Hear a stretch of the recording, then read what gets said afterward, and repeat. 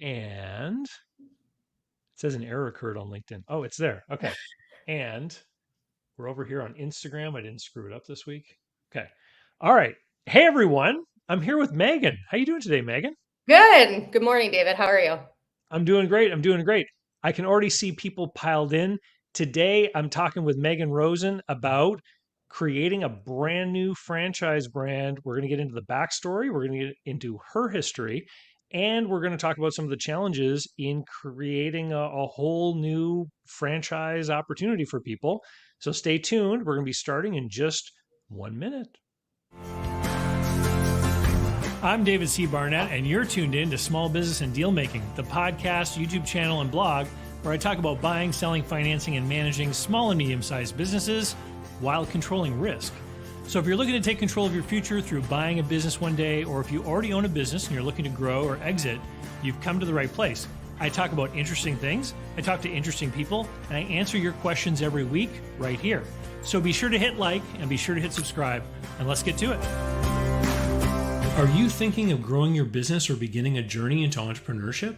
Take a shortcut to success by buying an existing and profitable business the right way. Visit businessbuyeradvantage.com and learn more about my online training, group coaching, and consulting services designed to help you win. Awesome, Megan. Thanks so much for joining us today. Um, let's get things started. I want to ask you an important question. Have you ever seen that movie Founder? I have, yes. In fact, Yeah. So our founder is a big fan of Founder. Yes. yeah, because it's like the story of how McDonald's got into the franchising that we see today, and obviously it was a story that happened several decades ago, and lots has changed, and certainly the landscape is quite a bit different with a lot more different restaurant brands and things out there.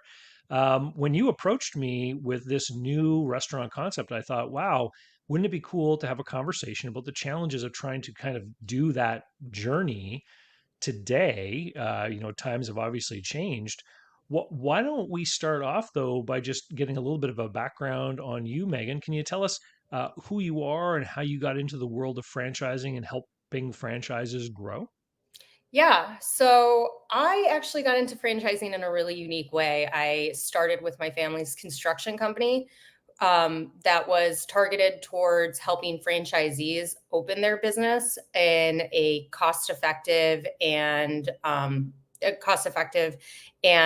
fast manner, because oftentimes that's one of the largest hurdles that franchisees face. They're new business owners and they're getting a lot of information coming at them. And construction can be one of the most costly efforts in opening a brick and mortar. So through our construction industry, we got introduced to a lot of established franchisors and emerging franchise brands. This was probably like 12, 13 years ago. So I was in my early 20s and I got introduced to the franchise model and just the franchise system. I got introduced to the International Franchise Association, and I just really loved the franchise model and everybody I started meeting with in the systems, and really enmeshed myself in learning everything I could about franchising. And I saw that there was a runway there to start building really anything that you could want out of franchising, which is what franchising is about. It's about building a future for yourself. It's about financial freedom. It's about building your own business. So that's kind of what started my journey on it. And as our construction company grew and our family company grew, our interest in franchising grew and organically grew into Next Brands, which partnered with Beef-a-Roo to help bring that brand into the franchise model as well, which is what we are here to talk about. Awesome. Okay, so your family business, you guys would help someone take like sort of an empty retail location and put all the millwork and counters and tables and chairs and all that kind of stuff that was needed to open. And the challenge was to get it done really timely and on budget sort of thing. Correct. Yeah. So in franchising, there's a legal document called a franchise disclosure document, and it outlines all of the costs that a franchisee is expected to invest in opening the brand. The franchisor is under an obligation to set the accurate expectations for the franchisee. And the franchisee, prior to opening their business, is under a budget, and they're usually investing, if not all, a large portion of their savings into opening this business. Yeah. So they want to get it open as cost effectively as possible and also as time effectively as possible, because the longer construction takes, that's long time, that's longer amount of time that they're not open and operating and bringing money in. So we would partner with franchisors to hopefully learn their brand inside and out, so that we would reduce that timeline and also reduce the cost by finding efficiencies there and help the franchisees open up faster. Okay. And so and I can see why that's important, because especially if someone's borrowing money, they may have been approved for a loan at the bank based on the business plan and the projections. And then suddenly, if construction is $50,000 more, that doesn't necessarily mean they can borrow more money. Like it could really put someone into a pinch. Let's talk about Beef-a-Roos. So how did Beef-a-Roos come on the scene? This is a long established family business as well, wasn't it? So a different family's business. Yeah, so Beef-a-Roo has a really unique history, and it's a little bit similar to the founder story. So Beef-a-Roo was originally a franchise way back in the 50s, and the supporting system actually did not survive. The family that ran it in Illinois ran it very successfully and kept the brand, obtained all the marks and the rights to Beef-a-Roo, and kept it running very successfully in Rockford, Illinois. They went from one location, one brick and mortar location, and they grew it to 7 locations over, I think they're hitting their 57th birthday this year. We're celebrating their 57th year in operation in Rockford, Illinois. Rockford is a town of 150,000 people. Each location is about 4,500 square feet. And on average, each store does about $3 million in sales a year. So that gives you an example of just how ingrained in the community Beef-a-Roo is within Rockford, Illinois. It's an hour and a half, 2 hours north of Chicago. So this brand is hyper local, very popular with the community, and everybody loves it. Outside of Rockford, it's a very unique name. People might not know it. So the family invested in it, and they had run it since 1967 and onward. In 2020, they did decide to sell it to a private equity firm, which is our partner. And the private equity firm bought those 7 locations and saw that the brand had such that the brand resonated so well with the community that it could probably grow outside of Rockford. Not only that, their offerings are something that's missing in the quick serve restaurant industry. A lot of people pigeonhole themselves into, we are burgers, we are chicken, we are tacos. Beef-a-Roo kind of they don't offer tacos, but they have a wide variety of everything, kind of something for everybody. Is their menu. So the private equity. So let's I want to unpack the sort of Beef-a-Roo's experience a little bit more, because as you said, it's very big in Rockford, Illinois, but a lot of other people who are going to be watching this haven't been there before. Can you you said 4,500 square feet, like how many seats would be in those restaurants, and what is the dining experience like? You sent me a couple of pictures. I'm going to put them up here on the screen, but maybe you can tell me, like, if I walked in the front door, what's the first thing that's going to happen to me the first time I'm in a Beef-a-Roo's? So the dining experience is something that is very unique to Beef-a-Roo. It is not traditional in fast food that you walk up to the counter and wait for your food at the counter. You do order at the counter, and then you sit down and the food is brought to you. So it's a little bit of a hybrid. The main thing that resonates with Beef-a-Roo is the customer service and the quality of people that work there. Everybody loves to work there. We have people that have been with the brand for over 30 years at the Rockford location. And Wow. One of the first franchisees within our franchise system was one of the managers of one of the original stores that had been with the brand for 30 years. So the brand takes care of their employees like family. That's why everybody's so happy to be there. Everybody is very pleasant and very, I'm losing the word for just very nice to be there. They're always smiling. So when you walk in, you're going to be greeted with some local art. Rockford is known for having some unique experiences in their local stores. Some of them were themed in the past. So I think if you have any of the Rockford, Illinois natives tuning in, they're going to resonate with that. As they've expanded, we have kind of streamlined and brought them into a more modern feel. But you're going to be greeted with some local art. As we've expanded our franchise and national brands, we've tried to keep that a part of our brand, is partnering with a local artist or a muralist, so that you have a touch of community there. And then, like I said, somebody at the counter is going to be smiling at you and take your order. We offer burgers. The traditional, the original concept was roast beef sandwiches, and it quickly just expanded to burgers, roast beef sandwiches. Baked potatoes are a huge seller. Chicken sandwiches, salads, wraps, milkshakes are huge. One of the best menu items that we have. It's my favorite thing. Okay. And obviously the cheese fries are the most popular and best seller. And so if I went there with my two teenagers, what would my bill likely come to? Just so people get an idea of what the price point is and stuff like that. I would say our average ticket price per meal is about anywhere between $12 and $14, depending on what you get. So between you and two teenagers, I'm so bad at math, but it's probably going to be about 24, let's say. So two teenagers, I don't know how hungry they are. So maybe like $50 for three people. Yeah. All right. So, and let me know if you can't answer this question, but what inspired the decision to go and franchise this? Was the PE firm looking for a business they could buy and then franchise, or did they buy it and then realize, hey, this would be an opportunity for us to franchise? I'm not sure the thought process. I know the private equity partner bought it, and he was looking for an investment that could grow.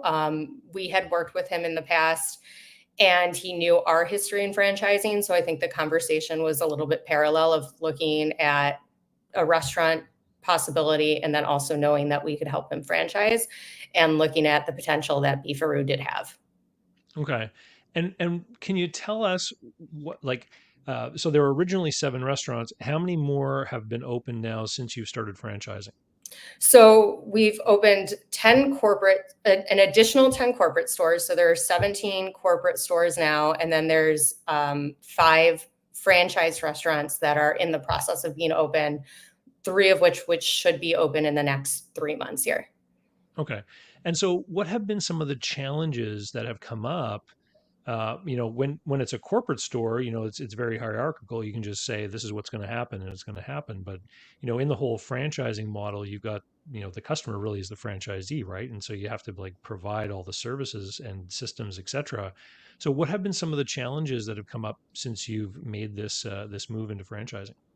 So that is a large answer, and you can stop me at any point in my answer if you want to cover anything specifically. Sure. So taking a business from family owner operated, or any business from owner operated, regardless of how many years you've been in business and how many units you have, is going to be a very big lift and a large investment of capital and time.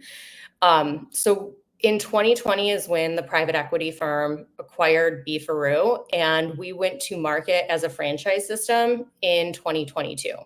Now, part of that was because it was such a historical brand and it was family owned, and a lot of these systems and standard operating procedures were passed on verbally and kind of handwritten by managers, but we wanted to make sure we did it right. So a lot of that time was spent working directly with the family, working with the managers, and working at the store level to get everything put into an actual system and a standard operating procedure called an operator's manual.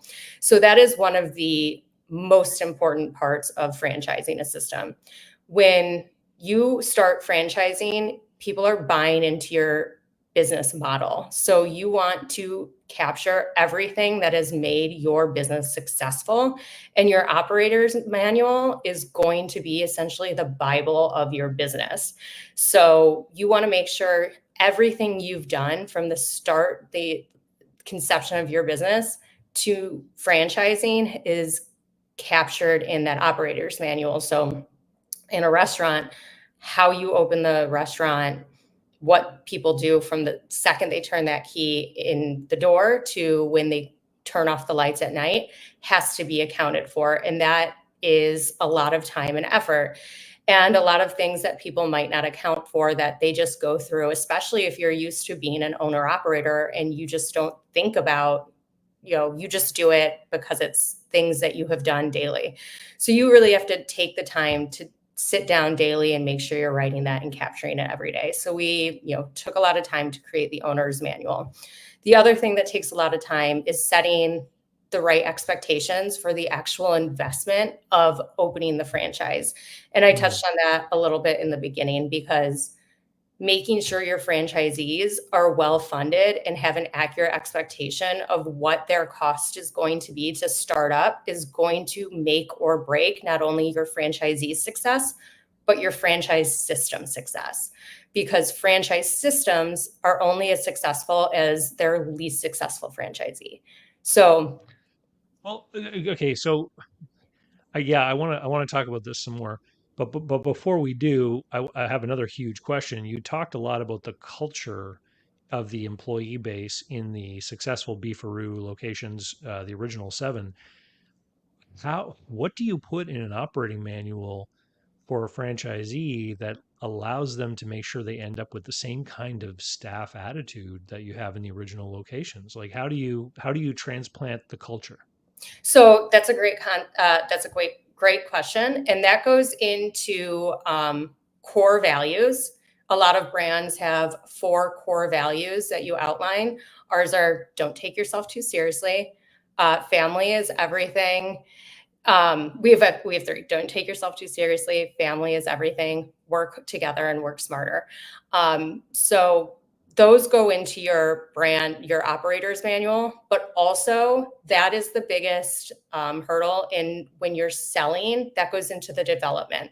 When you're looking and you're speaking to franchisees, they're interviewing you as an investment in a brand, but also the development officer, myself, and the rest of your team are speaking to franchisees to make sure that they're also a good fit for the brand. So it's not necessarily in the operator's manual. It's in the conversations that you have with them through what's called the discovery process after Hmm. they inquire how to become a franchisee. So that is the most pivotal part, and to make sure that they're going to be a good fit for your brand. There's 2 schools of thought in selling franchises. One is you can sell to anybody and you want to get numbers and you want to get units. And then you can sell to people that will fit your brand and will be successful within your brand. Yeah. And so, to your point earlier about making sure that your franchisees have the financial resources to be successful, you're looking for people basically that aren't putting their last nickel into this deal. Like they've got other financial resources behind them. And we could also probably say equally it's important that the franchisor be well capitalized and able to surf the ups and downs of this startup because, you know, when you think about the relationship between franchisees and franchisors, the franchisor is providing these services to the franchisees, but that's like a layer of overhead. You have to have enough units operating to cover those costs, right? And so I've talked with people before that want to get into like a new franchise system, and I'll ask them like how positioned is this franchisor to last until they have enough successful operators in the field to really start covering their expenses, because if they're short of cash, they're going to be tempted to do what you just said, which is sign up any franchisee that can pay the fee, and then you're not basically picking the best potential candidates that you can. You're just trying to scramble to make sure. I don't know. Like as soon as if you're young and the first few franchisees are not enormously successful, it's just going to create a huge problem, isn't it? Because then if one of them fails, any new potential candidate's going to say, well, these guys couldn't make it, why would I? And you're just kind of messing up the whole opportunity for everybody. Exactly. There's so many good points that you made right there. So making sure that the franchisor is not only well capitalized, but is able to manage being a franchisor and also able to manage their corporate stores correctly, and still keep them operating is a huge question that the franchisees should be looking at, because as your now on Beef-a-Roo's side, it was different because being a private equity partner is often a silent partner, and you don't have the emotional attachment to it that a new franchisor who has poured their life and soul into the brand that they've made has. But when you're speaking to people who are bringing their brand to franchising, for the first couple of years, they have a hard time separating themselves from, I've worked so hard to bring this to life. I've been in my studios, if they're fitness or salon or restaurant, I've been in them every day, 5 years, handing over the reins and stepping away from being an owner operator to a franchisor. It's a mind shift that you have to make sure that those owners are also ready to make, because they have to step away and become a leader in a different sense. So either they have the right people in charge of the franchising side, or they have the right people in charge of their business side, but they can't be a balancing act. And then the second note that you said was making sure that they are bringing on the right couple of franchisees, because you're right, the first couple of your franchisees, validators, that's what we call it in the industry, is the validators, which are the open and operating franchisees, are very crucial for the growth over the next couple of years. So you really want to be selective in the franchisees that you bring on board in the initial years of your emerging brand as they come on, because you want to make sure not only are they good business people, not only are they matching with you and your brand values, but that they're going to be successful in the brand as well. And they're going to be able to validate your brand, because it can make or break it. And then the third point, I believe, was talking about sold units versus open units, because a lot of people do look at a brand and they're like, well, they've sold 50 units in the last 12 months, but they don't look at how many of those units have actually opened, and then how many of those units are actually profitable.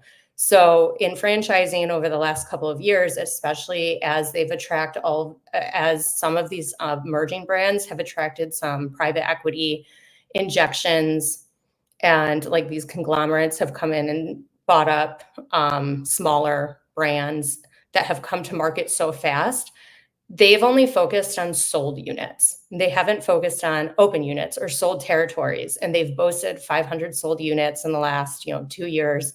And then you dig in and you don't realize that they haven't even actually opened those units, or some of those units only stayed open 6 months because the franchisees they brought on were not their expectations weren't accurately managed, or they were brought on and then they were tossed out to sea. And, those people unfortunately lost a lot of their money in the savings. So ethical I've franchising. seen franchise setups where someone will buy a franchise, and then through that sales process, they'll be offered like neighboring territories that they have to develop within a couple of years, but at a significant discount. And some people think, oh, that's a great deal. Once my new first location is up and running and profitable, I'll be able to easily expand into these other territories. And to your point, it's often that upsell or the undercoating, right? Like a way to get a little bit of extra money out of that person, and those extra units may never ever see the light of day as far as an operation. Yeah, that kind of goes into, there's a whole kind of movement and conversation happening within the franchise system right now called around ethical franchising. And it's come up over the last couple of years because of this upsell or overselling of units to people, just to inflate the unit numbers of systems, because people want the initial bump in sales and units, but unfortunately they don't have the support system, and they don't have, the backing in the system to provide the support to the franchisees to actually get them open. So in our brand and in our system, we have everything. We try to hold the franchisee's hand as much as possible that we can, ethically and more, and realistically, outside of the franchisee is still running their own business, but providing them with enough guidance to understand that, like, we are in this as a team. You are owning your own business, but we're helping you get open, and providing you as much assistance there as possible. Victor just put a comment saying that he's given the show a like, and if you're watching, please, we'd love for you to do the same. It helps the algorithm, helps to show it that this is good quality content that it should show to other people. So these franchisees, we know that we want them to be well capitalized and we want them to be successful. So then, what kind of challenge is it then for you to find these potential franchisees? Like, we're talking about a sales effort here. I mean, you have to find these prospective people, show them, what a Beef-a-Roo is like. I mean, they can fly out to Illinois, they can see what one of these restaurants looks like. Tell us a little bit about that and about the challenges of finding the right people who are also, having to sort of place a bet that long term Beef-a-Roo's is going to be successful. Yeah, it is. That is the biggest challenge. Not only is it takes a lot of capital, it takes a lot of patience, it takes a lot of saying the same sales pitch over and over again. You respond to a lot of inquiries of people who don't have the capital, don't know about franchising, and probably for every 100 inquiries, that might lead to a solid 30-minute conversation. And then for every 50 of those might lead to a full discovery process. And then out of that, we've gotten 5 full closed franchisees. So Wow. it's definitely an uphill battle. Like I said, we're very selective. We've turned down probably 4 candidates. And let me tell you, the first time we turned down a candidate, it was really hard for me because I did get a little blinded by, it was a multi-unit candidate. They were ready to go. There were a lot of red flags, but it was one of those moments where I was really exasperated and we hadn't sold another unit. It was after our first, we had sold a multi-unit. We hadn't sold anything in probably 6 months. I was getting a little exasperated and they were willing to commit. It was in a market that we had a lot of interest in, and we just hadn't been able to get across that line. And there were a lot of red flags on this franchisee. They immediately said they kind of wanted to do things their own way. They tried to, redline our franchise agreement. They, wouldn't respond to things in a timely manner and then immediately demand response, when they would. It was a lot of on their own schedule, which isn't franchising. You're buying into our system. You're going to do things our way. This is not, if you want to start your own business, you start your own business.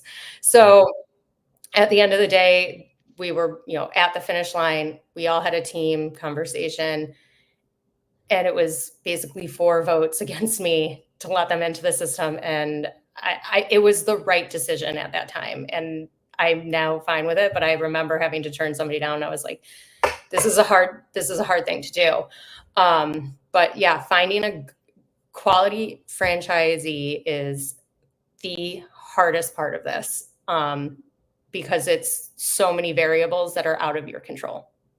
Okay. And so, and Mark has asked a question about this. I'm just putting it up there on the screen. What is the deal flow like? I mean, are these people that you're talking to just inquiring on the website, or do you have other ways of trying to source potential franchisees? There are so many different ways to source franchisees. You can do it alone. You can, use Google SEO. You can invest your money in shows. There's regional shows in the United States. There's international shows in Canada.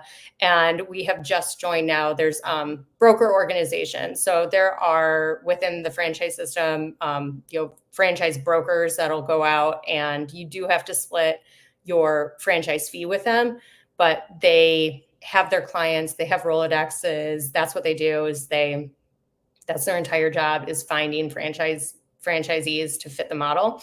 They often like to see a certain amount of franchisees and a specific like level of success to bring you on as a client. And then there's something called FSOs, which is a franchise sales organization. And they work within the broker network systems to help bring in leads and kind of help manage. They work as like an outside sales team. So we have actually partnered with a new FSO, and hopefully that's going to kick up now that we do have these 5 franchisees in our pipeline.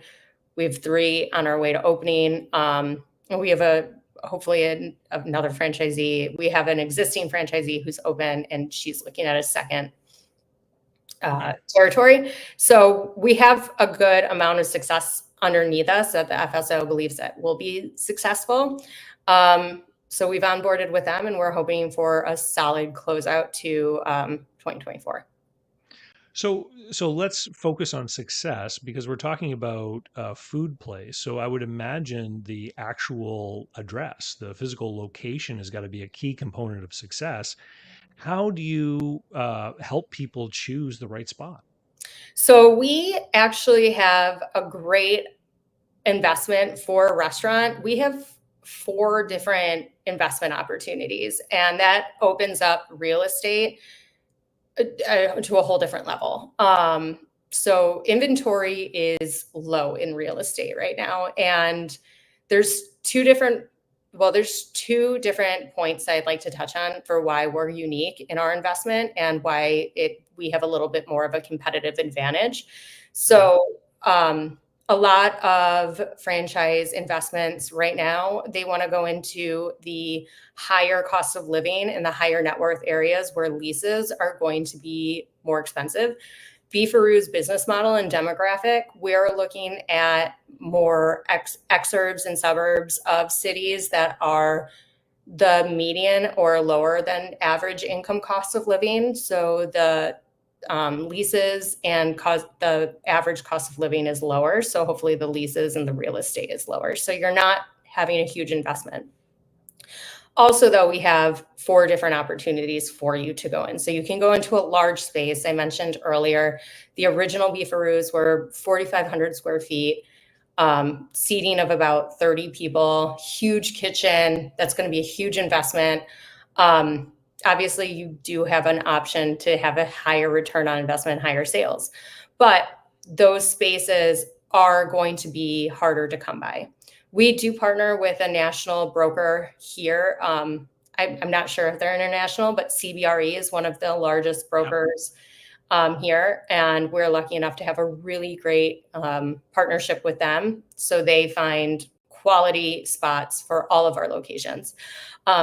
So that is we call that the traditional model, and that's an option. We also offer a conversion model, which is if there's a quick serve restaurant that has recently gone out of service, or that franchisee did not succeed, we can easily go in there and rebrand it to a Beef-a-Roo model, which is super affordable, especially in the quick serve industry, and can get you open in as little as 8 to 12 weeks, which is very fast. Obviously, permit and municipality depending, that is out of our hands. And then we have end cap model, which is a even smaller footprint. But again, that real estate is very hard to come by because end caps are very desirable. Are you talking about the end of like a strip mall kind of property? Yeah, an end of a strip mall. So our one requirement is a drive-through. Beef-a-Roo does a huge amount of business through drive-through. And we proved that during the pandemic. Their sales did not just steady, it went up. So the drive-through of Beef-a-Roo is hugely impactful. So end cap is going to be an even smaller footprint, about 2,500 square feet. We've been able to scale the kitchen down and streamline it, but an end cap our drive-through is required. And then our most exciting investment opportunity is the drive-through concept. So we have a stick build and then a modular concept available, which opens up. Oops, sorry. Yeah, you sent me a picture of this. This is the container one, right? Yes, that's our container in Rose City, Michigan. It's we call it in Michigan up north. It's bring the mitten up. Um, so this is opens up a huge amount of real estate for either investors that want to purchase real estate or if you want to do a land lease option. So there's so much real estate available in big box stores. Like I'm not Out sure. in out in the parking lot, like in Yeah, the out middle in of the the parking asphalt. lot. Yeah. So in a Meijer or a Kroger or a Walmart, they have huge parking lots, and they will lease off a quarter acre or a half acre land parcel to you, and you can put your restaurant there. So that not only gives you a built-in customer base, but it opens up a huge amount of real estate for our potential franchisee in the demographic area that we like. So we have 4 different options for our franchisees, all varying in investment ranges. So you can get into the franchise for a total investment. The low end is 466,000. About there's some dollars at the end of that to about 1.3 million at the very high end, and that's basically a ground up traditional. And are many of your new franchisees taking advantage of any bank financing for part of that? Can you give me an idea of how much of it they might be financing? Yes, so we have mixed bag. We have a group that did self-funding, and they're a large group. They are multi-unit owners, seasoned with a couple of different brands, and they're developing land. They're doing stick build drive-through concept. And then a couple of our franchisees are going through the SBA loan process. So we're SBA approved. We do everything we can to assist our franchisees in getting that approved. And we're working right now to identify a preferred lending partner. With one of our FSO brands has sent us some preferred partner list. Okay. And so once someone's up and running, what does Beefaroos do to make sure that everyone's consistently delivering in the same way? Because once, like if I invest in this franchise brand and I've got that sign up, I want to make sure that if anyone's ever been to another Beefaroo's, that there's going to be similar expectation when they come to mind. And we want, you're investing so that you get this consistent experience so that you can actually, if someone's has a Beefaroo's in their hometown and they had a positive experience, then when they're visiting my town, they're going to want to come to eat at my place too, right? So talk about that enforcement and making sure that people are in fact, living up to the values and doing things the way they're supposed to be. Yeah, so that is a great question. That goes all the way back to 2020 when we did the operator's manual, getting the menu or getting the recipes, and also securing the supply chain. So the supply chain is in the restaurant one of the most critical and important aspects to making sure that the quality of food is consistent across the board. So we worked with everybody that provides the food in Rockford, Illinois, to make sure that they would be able to provide it at a national level before we even went to franchising, to guarantee that the sandwiches and everything that were served at Rockford would be the ones that they would get in Michigan, when we open in Spring Hill, Tennessee, and when we open in Phoenix, Arizona. There's a brand specifically that is very popular. The bread that they use is local. It's called Toronto bread. So we worked to make sure that they would be able to serve Toronto bread nationwide. The And second, so how do you do that? Is it through using one of the big distributors like Cisco or something like that? so we work with a large distributor for some of the meat products. Toronto, I'm not sure if I know the specifics of how we'll receive the bread. They do receive it fresh in Rockford. It will come frozen in some of the outer states, but it will Okay. be the same quality and it's the same bread. But there is a large distributor, and a lot of our products are proprietary, and it was securing the proprietary ingredients of it and making sure that they were proprietary to Beef-a-Roo. That was key to making sure that we had the national supply chain for it. Okay. Can, if somebody else is watching this and they are a business owner and they've got, a small business or a family run business that they're operating today, and they've got this idea, maybe they watched Founder as well, and they thought, geez, maybe I should turn my business into a franchise. What would be some of the things that you would suggest that they think about or consider before making the decision that this is something that they want to do? I would tell them to start researching the franchise industry. It's a lot of information. They could always reach out to me. I have a consulting business. I can plug myself if that's okay. Sure. But they, feel free. There's a lot of great resources online. If International Franchise Association, I think it's internationalfranchiseassociation.com, has a lot of free resources online that they can start at and look at.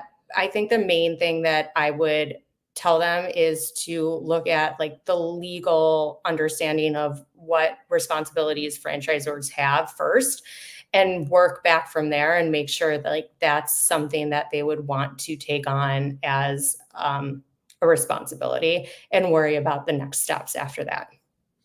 I've I've I've had a few conversations with people about this over the years, and one of the things I will point out to them is that they are literally going, like in the case of something like Beef-a-Roo's, you're literally going from running a restaurant and serving lunch to selling business opportunities.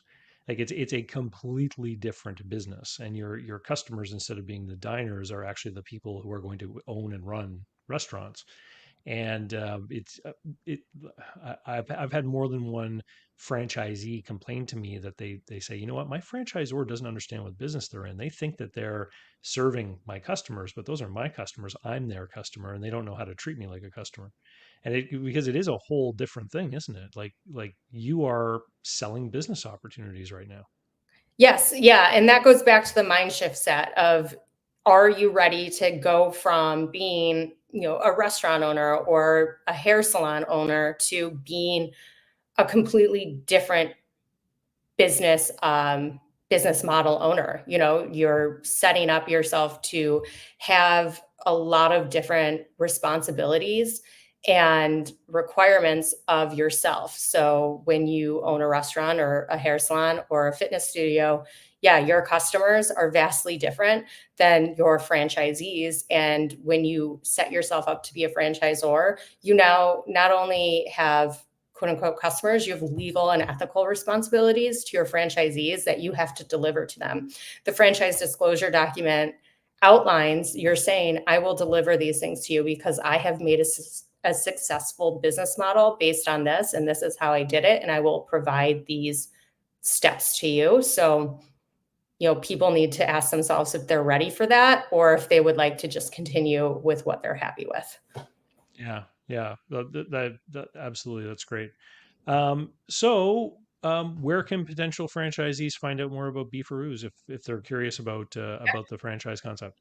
So they can look, Beef-a-Roo.com has all of our information, has all of our locations. And then About Us has the franchise information. You can submit some inquiries if you'd like to hear more about it. Go directly to me and I'll reach out to you. And I'd love to chat with any of your listeners if they'd like to hear more about Beef-a-Roo. And Megan had sent me a walkthrough video link via YouTube of the container location, the sort of double drive up location. I'm going to put that link into the show notes. So if anyone wants to check out, kind of a walkthrough of what it looks like inside and out to see the container version, I'm going to put that in the show notes as well. And I think this has been great. Anything else in the final ending comments here that you want to share about Beefaroo's or the opportunity? No, I do see. Can I answer Ben's comment? I just saw he put in a question and I just like want to clear it up. Yeah. Yeah. So Ben, Beefaroo is a restaurant out of Illinois. We serve we serve burgers, fries, milkshake units. We refer to as restaurants. So in franchising, multi-unit is if you buy multiple locations of our restaurant or our brand. It's a term in franchising. So a multi-unit would be, I would like to open more than one restaurant in the next upcoming years. So yeah, we are a food-based product, and delicious, famously delicious, and is our slogan. And if you are in the United States and Illinois, Michigan, and soon to be Tennessee and Arizona, Arkansas, Texas, and Oklahoma, come visit us. And is there not a subscription too that you wanted to share with us? Yeah, we will be launching. I'm very excited about our milkshake subscription program. We will be launching our loyalty-based subscription program, which is for a fixed rate of $19.99. You will be able to get one free milkshake a day. And our milkshakes are the best items. It's so good. I'm actually lucky I don't live within a walking distance of a Beef-a-Roo because I would probably I not. feel like I should have invited a dietitian onto the I show know. No, to, don't do that because it's, we can't deprive ourselves of joy. All right, Megan, hang on one second. I'm going to wrap things up. Thank you very much for joining us today. I think this has been a great conversation, and I know that people will enjoy it. And we'll talk to you next time. For everyone else out there, please don't forget to hit like. Please don't forget to share. The best way you can help the show is by hitting the share button in YouTube and sharing it to other social media platforms where you know you have friends that are kind of interested in business stuff. Most of the people that find my show, they tell me that they found it through a friend who kind of turned them onto it. So if you want to help out, that's the biggest way you can help. Like and share it onto a different platform. And with that, I'll say see you later. And till next time. So, how can you learn more about buying, selling, financing, and managing small and medium sized businesses?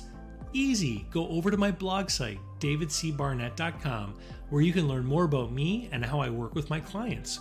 You can learn more about my books and courses that I've prepared for you. You can find out how to subscribe to my email list, the YouTube playlists, and more.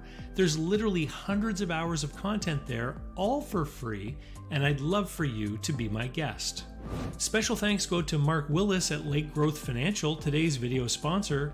Mark helps people better manage their personal and business finances through the Bank on Yourself insurance strategy.